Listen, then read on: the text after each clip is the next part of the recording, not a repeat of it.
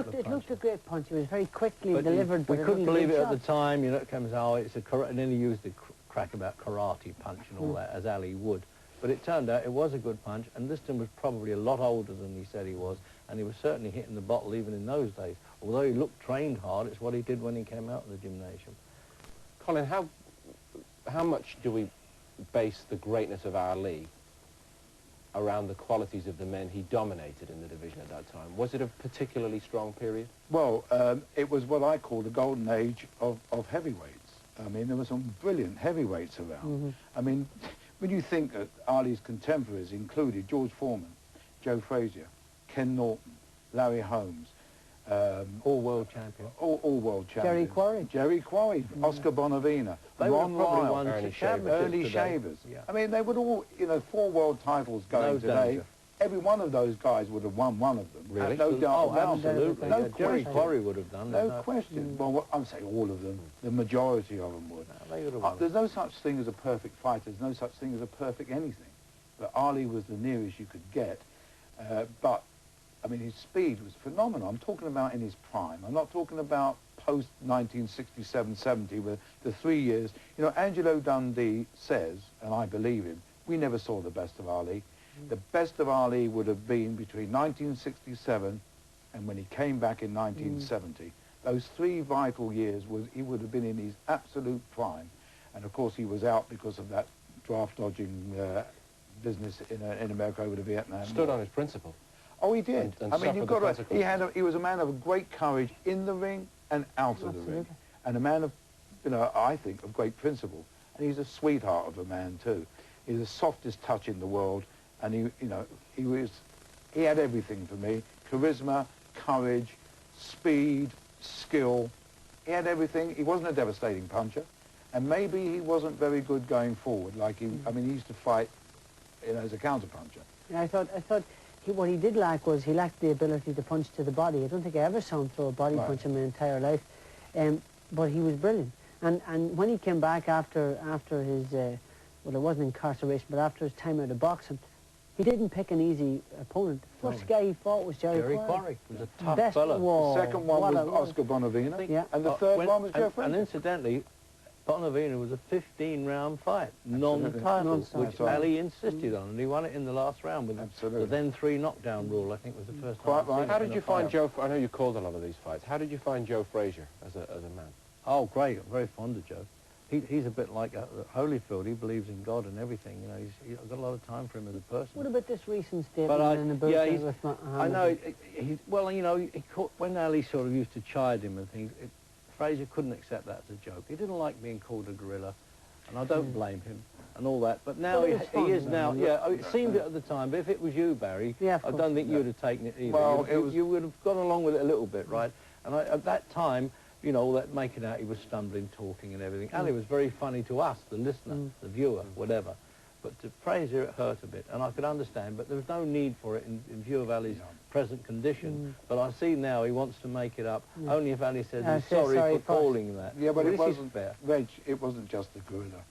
No, other things. What really upset Joe Frazier was being called an Uncle Tom. And Uncle Tom as well, yeah. There's no worse insult you can give a black man Frazier's a than very to call him an decent Uncle man, Tom. and that was why. You know, it was certainly not true. And Ali, you know, as much as I loved him, and still do, he could be very cruel. And he had his nasty streak in him. I mean, that fight he had with Ernie Terrell, when he rubbed his face along the top rope. I mean, you know, he wasn't... He obviously didn't like losing to Frazier either. Oh, no, not at all. And that was one of the all-time great heavyweight fights. Yeah, in my opinion, the best heavyweight fight there's ever been. The one in Manila? The very first one. Madison Square Garden, 1971. And I think the third one in Manila was the greatest of all harder, time. in effect. But it's only for one reason, Barry. I know what you're saying, and you're absolutely right. The third one was the greater of the 3, in my opinion, because they were both shot. And they couldn't get out the way of each other. That's why, but it was some And they were fight. millionaires at the time, and like gladiators, they didn't have to do it. The one man from that period who has been a factor since we've been covering boxing together, George Foreman. Yeah. Now, when you started covering Foreman's fights, you could not have imagined that here we would be talking about an active But for these guys, and they'll be able to relate to this, that to these guys who are purists and who are sort of more sentimentality than I would have, it shows you the state of play today, and it shows you that it reinforces what Colin says, that in the 70s, that was the best era, the golden era of the heavyweights, because nowadays, George come back after 20 years and beat up on the champion, knocked him out in the 10th round. Changed man as well, 46 years old, mellow guy. When he was around in the 70s, he was sullen and bad-tempered. By his own admission. By his own admission. Well, you remember the thriller. I thought he was going to hit me in Caracas. He didn't, actually. I'd have been in his corner for that one. Because it was over, I used to smoke, I was chain smoking. And, I mean, there were witnesses to it, I'm not just making this up, but around the swimming pool in Caracas before he fought Ken Norton. And I was smoking, and it was in the open, and he said, hey, you, put that cigarette out. And I just said to him very calmly, say please. And he didn't like that at all. And he went over to the table, and Bill Kaplan, his publicity man, said, hey, come on, cut it out. But you know, half of that problem was because he couldn't do weight. He couldn't, he always liked to come in around 15 stone 10. And he was a big guy, as we now know.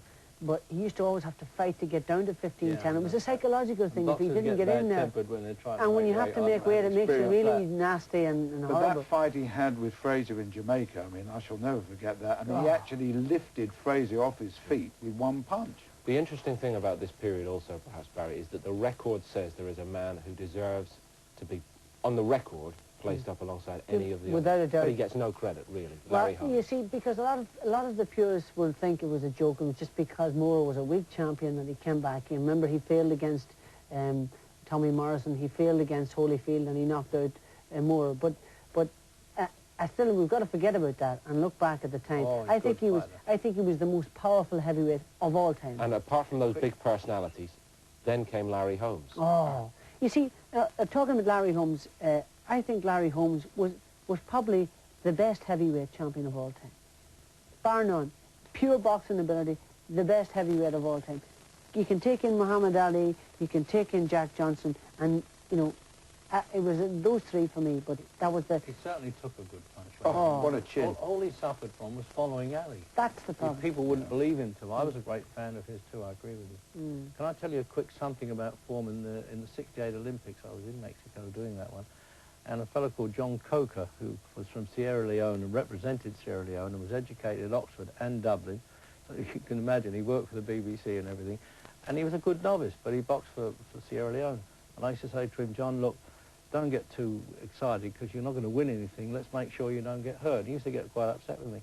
And he boxed the first contest against a Romanian called Alexei.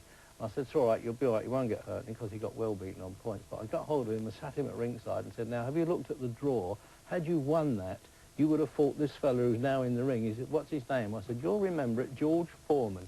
Well, can you imagine the mismatch of boxing that would have been in an Olympic game? John Coker, bless his heart, in there with George Foreman. And thank God now you've got to qualify to go in it, you know, which he didn't have to do. Going back to George being a changed man, after he beat, after Holyfield beat him on his, you know, in Atlantic City, knowing what he was when he was a young man, I heard some American boxing fighters talking, and they said, well, what do you think Foreman's going to do now? And immediately one guy said, go back to being the so-and-so he was always being. You mentioned Holyfield and Tyson, which brings us conveniently to the modern era. This year, has Evander Holyfield put Mike Tyson into the proper context? Put him in perspective, absolutely. I've always said that, you know, some of these guys we were talking about, Liston, all in their prime, Liston, Ali, Frazier, Holmes, and there was one other I picked, would all have beaten Tyson in his prime, in my opinion. Tyson was a brilliant heavyweight in a very bad era, but... Was or is? Well, I think he was now. He's no longer champion. And at the moment, he's a was. Whether he'll come back again, I don't know. I think Holyfield got it right before the fight when we emphasised this, didn't we, on Sky, that he's never taken the pain in the same way that Holyfield has in those great fights at Riddick Bowe, which will match any fight that anybody's ever seen, including Ali Frazier. And he knew if he could pressure him, and he was right, because he suddenly loses it. It's like a little lost boy he gets him when he's under pressure, as he proved with Buster Douglas, putting his gum shield in the wrong way around and all those sort of things. Yeah, he's an on-top fighter. He's an on-top. He bullies people, and when when it doesn't come up for him, he got found out. And I mean, to be honest, you know, the guys are right. When he came along, the heavyweight title was fragmented into 4 different variations, and there weren't a lot of guys out there with real sort of ability or fortitude or anything. What about this man?